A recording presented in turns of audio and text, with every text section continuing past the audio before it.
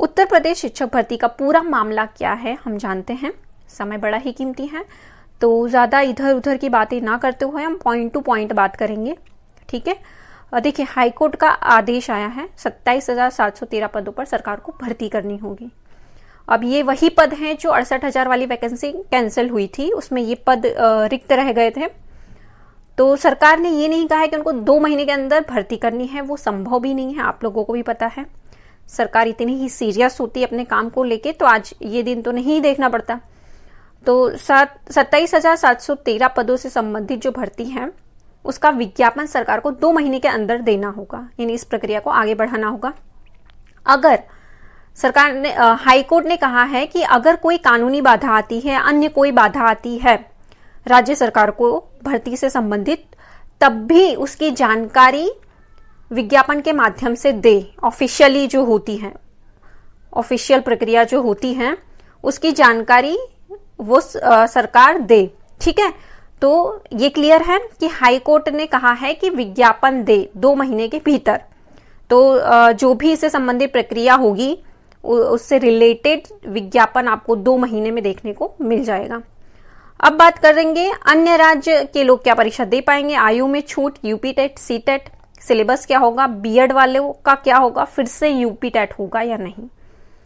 अब देखिए, अन्य राज्य के लोग परीक्षा दे सकते थे पहले भी और अब भी दे पाएंगे।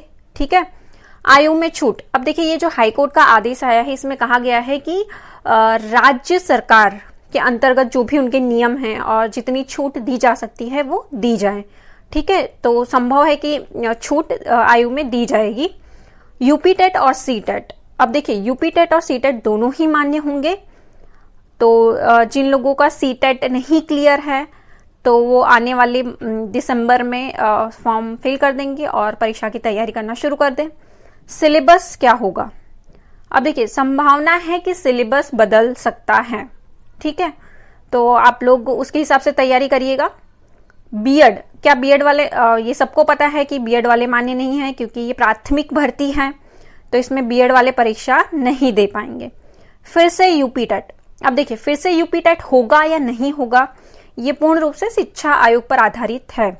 तो जिन लोगों का भी यूपी टेट नहीं है, ठीक है, वो सी टेट की परीक्षा आएगी क्योंकि सी टेट भी मान्य होता है, तो दिसंबर में आएगी। तो आप उसकी तैयारी शुरू कर दीजिए और परीक्षा दे दीजिए, जिससे कि आप आगे जो भी प्रक्रिया होगी उसमें एलिजिबल हो जाएं। उसके लिए जो भी सरकार के नियम आएंगे 2 महीने के अंदर तो पता चल ही जाएगा।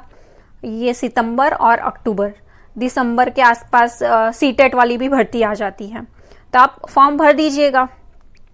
उम्मीद करती हूँ कि ये सारे पॉइंट आप लोगों के क्लियर हो गए होंगे। देखिए, हाईकोर्ट का आदेश 27,713 पदों पर जो भर्ती है उसे संबंधित सरकार को बताना होगा विज्ञापन के द्वारा। ठीक है, ऑफिशियल जो होता है, नियम जो होते हैं उनके।